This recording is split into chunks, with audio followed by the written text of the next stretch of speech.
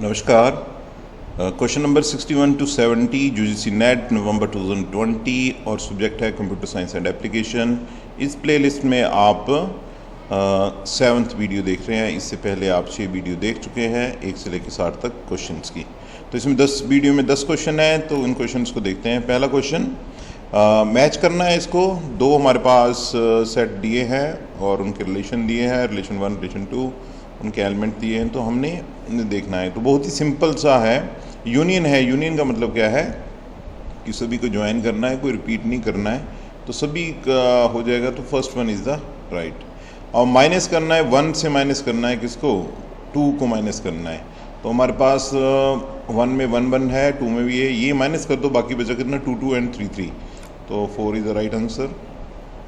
यदि इंटरसेक्शन करना है तो कॉमन कौन सा है, तो कॉमन में 1 1 है, तो ये राइट आंसर, इसकी मैचिंग है थर्ड की और डी का। ये तो यदि हम इसको करेंगे तो हमारे पास this is the right answer. Question number 62, ये है गिवन 2 स्टेटमेंट्स हैं। एक सीजर साइफर है, एक हमारे पास क्या है डिफी-हेल्मैन एल्गोरिदम है। तो ऑब्वियसली ये फर्स्ट स्टेटमेंट बिल्कुल ट्रू है और सेकंड स्टेटमेंट भी बिल्कुल ट्रू है। ये सीक्रेट की के लिए यूज़ होता है और सीजर साइफर में जो है वो हमारे पास particular character is represented by the another character होता है। So first is the right answer. Question number 63, ये सिंपल है, ये आप DBMS से रिलेटेड है और डाटाबेस से रिलेटेड है। इसमें डिपेंडेंसी और रिलेशन की बात की गई है। तो इस चीज़ को समझिए कि जो टोटली डिपेंडेंसी है, यदि हम बात करें ये कीज़ क्या होती हैं, तो आप समझिए कैंडिडेट कीज़ कौन सी होती हैं जो कि प्राइमरी की बन सकती हैं, और प्राइमरी कौन सी होती है, यूनिक की होती है जो कि कैंडिडेट की से चूज़ की जाती है। तो ईमेल आईडी यूनिक होती है, रोल नंबर यूनिक होता है, स्टूडेंट आईडी यूनिक है, तो उनमें से किसी एक को चूज़ किया, इन तीनों में से एक को चूज़ किया, दैट इज़ ए प्राइमरी की। तो बात चल रही है जो रिलेशनशिप स्कीमा है, तो उनमें ये डिपेंडेंसी है। तो बताओ कैंडिडेट की कौन कौन सी हो सकती हैं। तो फर्स्ट ऑफ ऑल इस पूरी डायग्राम में देखेंगे तो हमारे पास क्या है, UBWXYZ है। यदि यहाँ पे हम डिपेंडेंसी की बात करें तो कोई इसमें एक दूसरे से सभी डिपेंड है जेड को छोड़ के, तो जेड पार्ट होना चाहिए, इसलिए फर्स्ट और सेकंड क्या है वो ख़त्म है। ये दो नहीं हो सकते हैं, जेड होना चाहिए। अब तीसरे और चौथे की बात आए तो दोनों पार्ट क्या है, ये सेम है। थर्ड वाले में है तो VWZ को देखते हैं इसकी डिपेंडेंसी किस तरीके से है। तो इसको कैसे देखते हैं, BW को लिया हमने, BW से क्या प्रोड्यूस हो रहा है, X प्रोड्यूस हो रहा है, और X से क्या प्रोड्यूस हो रहा है, U प्रोड्यूस हो रहा है। अब इस पूरे में देखो कि Y जो है वो फंक्शनल डिपेंडेंट है ही नहीं, तो इसमें Y फंक्शन डिपेंडेंट नहीं है, इसका मतलब कि Y की ज़रूरत भी है। तो हमारे पास जो राइट आंसर है दैट इज द फोर्थ, यानी कि UBZ, BYZ and XYZ। Question number 64, which of the following statement are true. तो इसको यदि हम देखें तो ये इन्फ्रेंसेस से रिलेटेड है, जो कि कंक्लूजन फाइंड करना है। नॉलेज आर्टिफिशियल इंटेलिजेंस से रिलेटेड है, तो नॉलेज बेस के लिए कौन सा है।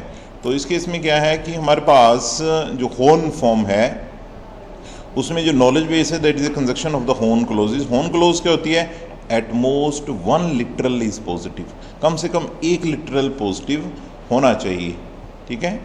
और ये फॉरवर्ड और बैकवर्ड चेनिंग के लिए यूज़ होता है, वो उसके पॉइंट ऑफ व्यू से है। और हमारे पास एग्जांपल के तौर पर ये है, तो कम से कम 1 क्या है पॉजिटिव होना चाहिए, ठीक है। यहाँ पे देखो दोनों नेगेटिव हैं, ये 2 पॉजिटिव हैं, 1 चाहिए सिर्फ, तो ये नहीं है। तो एग्जैक्टली 1 लिटरल उसको होन फॉर्म कहते हैं। तो यदि इसको हम बात करें तो हमारे पास क्या है कि बी और जो डी हैं वो बिल्कुल सही हैं, बाकी जो हैं वो टर्म्स कॉम्बिनेशन जो स्टेटमेंट्स हैं वो ट्रू नहीं है। 65 पे बात करते हैं, के सेगमेंट पाइपलाइनिंग की बात कर रहे हैं। तो इस केस में क्या है, जो पाइपलाइनिंग होती है उसमें डिफरेंट सेगमेंट्स होते हैं, उन सेगमेंट को एग्जीक्यूट किया जाता है। तो ये जो पाइपलाइन सेगमेंट है, any portion of the pipeline system that runs from any given origin point to any given destination point और from a destination point to the another destination point. तो ये सेगमेंट के बीच में कहीं से भी शुरू कर दो, कहीं भी ख़त्म कर दो, तो उनके बीच का जो सेगमेंट है उसकी जो एग्जीक्यूशन है उसको हम कहते हैं के सेगमेंट पाइपलाइनिंग। तो इसका जो राइट आंसर है वो ए और बी है और सी वाला नहीं है। All segment in the pipeline take same time in competition, ये नहीं है। इसका मतलब है कि सेगमेंट के अंदर फर्दर और प्रोसेसेस होती हैं, तो डिपेंड अपॉन द प्रोसेसेस एक सेगमेंट फास्ट एग्जीक्यूट हो जाता है, एक सेगमेंट कम या ज़्यादा समय भी ले सकता है। तो फर्स्ट टू स्टेटमेंट्स क्या हैं वो बिल्कुल सही हैं, बट स्टेटमेंट सी जो है वो गलत है। क्वेश्चन नंबर 66, ये हमारे पास एक रेगुलर लैंग्वेज से रिलेटेड है। हमें ऑलरेडी पता है कि जो अनस्ट्रक्चर्ड ग्रामर है वो कॉन्टेक्स्ट फ्री भी होती है, सेंसिटिव भी होती है, जो कॉन्टेक्स्ट सेंसिटिव वो कॉन्टेक्स्ट फ्री भी होती है, और जो कॉन्टेक्स्ट फ्री है वो रेगुलर भी होती है। तो इन सभी स्टेटमेंट्स को यदि देखेंगे तो ऑल स्टेटमेंट्स क्या अनडिसाइडेबल है, इसका रीच कहीं भी नहीं हो रहा है। तो हमारे पास क्या है, fourth is the right answer. Question number 67, ये क्वेश्चन 2 इसमें एल्गोरिदम यूज़ हो रहे हैं पेज डिस्प्लेसमेंट से रिलेटेड, ऑपरेटिंग सिस्टम से रिलेटेड, एक फीफो एक LRU। ये फर्स्ट इन फर्स्ट आउट है, लीस्ट रिसेंटली यूज्ड दो एल्गोरिदम्स हैं। तो इनको स्टार्ट करना शुरू करते हैं, फिल करना शुरू करते हैं कैसे सेगमेंट से। इसमें 3 पेजेस बताए गए हैं, तो 3 पेजेस बताए गए हैं। तो ये देखिए, सबसे पहले ABC एज इट इज़ ही रख दिया। अब रिप्लेस किसको करना है, फर्स्ट इन फर्स्ट आउट, पहले को रिप्लेस करो, फिर दूसरे को रिप्लेस करो, फिर तीसरे को करो, फिर पहले को करो, जो लेटेस्ट आता जाता है उसको रिप्लेस करते जाओ। और हमारे पास ये टोटल रिप्लेसमेंट कितनी हुई है, ये 3 ये होगी, 4 5 6 7 8 9 10 11। तो हमारे पास टोटल पेज फॉल्ट कितने आए हैं, 11 आए हैं। किस में, फर्स्ट इन फर्स्ट आउट में। तो 11 और 10, 11 और 12 ये ऑप्शन है हमारे पास। दूसरे को देखते हैं हम। अब चलते हैं हम लीस्ट रिसेंटली यूज्ड, कौन लीस्ट, तो ये बिल्कुल सेम है, ये बिल्कुल सेम है, ये बिल्कुल सेम चल रहा है। अब यहाँ पे बात आती है कि इसको लीस्ट रिसेंटली यूज है, तो डी है, तो उसके अकॉर्डिंग ई आया, फिर उसके अकॉर्डिंग फिर इसको देखा।